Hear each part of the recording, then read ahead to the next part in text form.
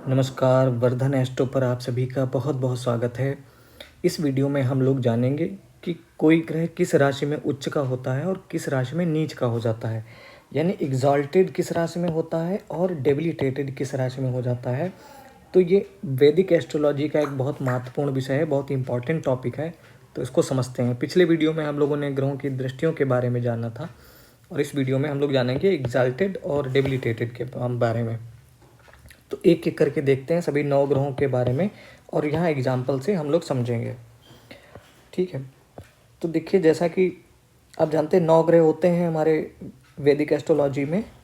तो सूर्यदेव होते हैं, ये मेष राशि में उच्च के हो जाते हैं, जिसको यहाँ पर मैं इंग्लिश में भी लिख दे रहा हूँ, एरीज में उच्च के हो जाते हैं। और लिब्रा जो होती है तुला राशि, उसमें नीच के हो जाते हैं। तो इनका प्रभाव क्या होता है वो हम आगे की वीडियो में जानेंगे। उच्च का होना बहुत ही शुभ स्थिति होती है, जब कोई ग्रह उच्च का होता है बहुत ही शुभ परिणाम देते हैं। ठीक है, चंद्रदेव जो मून है वो वृषभ राशि में उच्च के हो जाते हैं और वृश्चिक राशि में नीच के हो जाते हैं। तो वृषभ राशि यानी टॉरस में जो मून है वो उच्च का हो जाता है। अगर आपकी कुंडली में 2 नंबर जहाँ भी लिखा हुआ है, अगर वहाँ चंद्रमा बैठा हुआ है तो वो उच्च का है, यानी वृषभ राशि में टॉरस में उच्च के होते हैं चंद्रदेव। और स्कॉर्पियो में मून जो है वो नीच के हो जाते हैं, यानी डेबिलिटेटेड होते हैं। मंगल मकर राशि में, शनिदेव की राशि है मकर राशि, कैप्रिकॉर्न में उच्च के होते हैं। और कैंसर में, कर्क राशि में नीच के होते हैं मंगलदेव। बुध कन्या राशि में, अर्थात वर्गो जो राशि होती है उसमें उच्च के होते हैं। ये कन्या बुध की ही राशि है, कन्या अपनी ही राशि में उच्च के होते हैं। और मीन राशि में, पाइसेस में नीच के हो जाते हैं। देवगुरु बृहस्पति या जुपिटर जो होता है वो कर्क राशि में उच्च के होते हैं। कर्क अर्थात कैंसर जो राशि होती है उसमें उच्च के हो जाते हैं देवगुरु बृहस्पति। और मकर राशि जो होती है कैप्रिकॉर्न, उसमें नीच के हो जाते हैं। इसके बाद शुक्र की बात करते हैं, वीनस की। तो वीनस जो होता है, शुक्र होता है, वो मीन राशि में उच्च का होता है, पाइसेस में उच्च का होता है। और कन्या राशि में यानी वर्गो में नीच का हो जाता है शुक्र। शनिदेव तुला राशि में, जो लिब्रा राशि होती है, तुला राशि में उच्च के होते हैं और एरीज में नीच के हो जाते हैं। तो सूर्यदेव का जस्ट उल्टा, जहाँ सूर्यदेव उच्च के होते हैं वहीं शनिदेव नीच के हो जाते हैं। ठीक है, जैसा कि हमने यहाँ पर देखा कि सूर्य मेष राशि में उच्च के होते हैं, तुला में नीच के होते हैं। यहाँ हम देख रहे हैं शनिदेव तुला में उच्च के होते हैं और मेष में नीच के हो जाते हैं। तो आप इनका देख सकते हैं। ऐसे ही याद करने के लिए आपको बता रहा हूँ, मंगल जो है वो मकर राशि में उच्च के होते हैं और कर्क में नीच के हो जाते हैं। तो बिल्कुल वैसे ही गुरु के साथ में इनका आप देख लीजिए।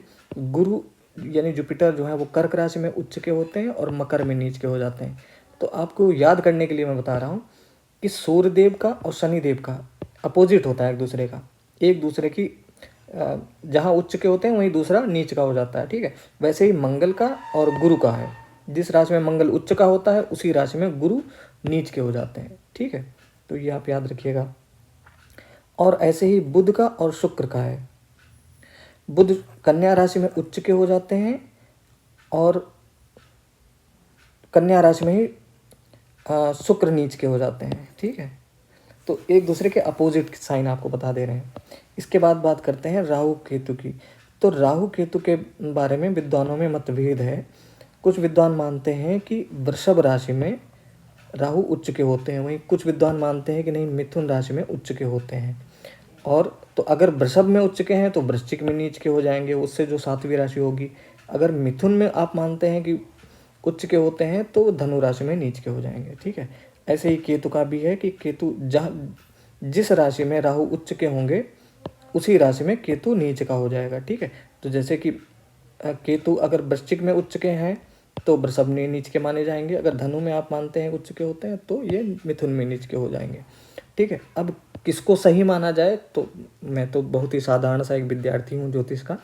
ठीक है, ये तो विद्वानों का विषय है कि वो डिसाइड करें कि किसको उच्च का होता है। लेकिन अगर आप किसी एक विषय पर आते हैं कि किसको आप मानते हैं, ठीक है, तो उसके लिए मैंने दोनों ही बातें लिख दी हैं यहाँ पर। ठीक है, तो इनको आगे चल के जब कुंडलियों में डिस्कस करेंगे, उनका रिजल्ट कहाँ पर क्या कैसा पाया जाता है, तो उस हिसाब से हम किसी परिणाम पर पहुँचते हैं। ठीक है, तो मुझे उम्मीद है कि ये बहुत इंपॉर्टेंट तरीके से आपने समझ लिया होगा। लेकिन यहाँ पर एक कुंडली के माध्यम से भी हम देख लेते हैं। जैसा कि अभी हमने नीचे देखा कि सूर्यदेव मेष राशि में उच्च के होते हैं, तो कुंडली में कभी भी राशियों के नाम ना लिख करके उनका रोल नंबर लिख दिया जाता है। जैसे 1 नंबर मेष राशि यानी एरीज का होता है, तो अगर आपकी कुंडली में कहीं भी 1 नंबर पे सूर्य बैठे हुए हैं यानी सन बैठे हुए हैं, तो समझ लीजिए सूर्य उच्च के हैं। अगर आपकी कुंडली में कहीं भी 2 नंबर लिखा हुआ है और वहाँ मून या चंद्रमा बैठे हुए हैं, तो चंद्रमा उच्च के हैं। या राहु 3 नंबर या 2 नंबर में बैठे हुए हैं, तो उच्च के माने जाएंगे। गुरु कर्क राशि जो 4 नंबर की होती है, वहाँ बैठे हुए हैं, तो जुपिटर उच्च का माना जाएगा, यानी गुरु उच्च के माने जाएंगे। ठीक है, ऐसे ही शनिदेव अगर जहाँ 7 नंबर लिखा हुआ है वहाँ बैठे हुए हैं, यानी तुला राशि में शनिदेव उच्च के होते हैं। मंगल मकर राशि में उच्च के होते हैं। शुक्र 12 नंबर जो राशि होती है मीन राशि, उसमें उच्च के होते हैं। तो ये जहाँ भी ग्रह बैठे हुए हैं ये अपनी उच्च की राशि में बैठे हुए हैं। इनको मैंने एग्जाम्पल से समझा दिया है आपको। ठीक है, और कुंडली में राहु और केतु ठीक एक दूसरे से सामने ही बैठते हैं, मतलब 7 भाव की दूरी पर बैठते हैं। ठीक है, ये बेसिक्स वीडियोज़ हैं जिनको बिल्कुल शुरुआत की है। होता ना कि हम कोई भी विषय सीखते हैं तो शुरू से हम सीखते हैं ना हर एक चीज़ के बारे में, तो उसकी एक बेसिक जानकारी के बारे में ये वीडियोज़ हैं, आप देख रहे होंगे। तो इसके बाद आप कौन सा वीडियो देखना चाहते हैं, किस टॉपिक पर चाहते हैं, आप हमें कमेंट सेक्शन में बता दीजिएगा, उस पर हम अगला वीडियो बनाएंगे। तो इस वीडियो को देखने के लिए बहुत बहुत धन्यवाद। हर हर महादेव।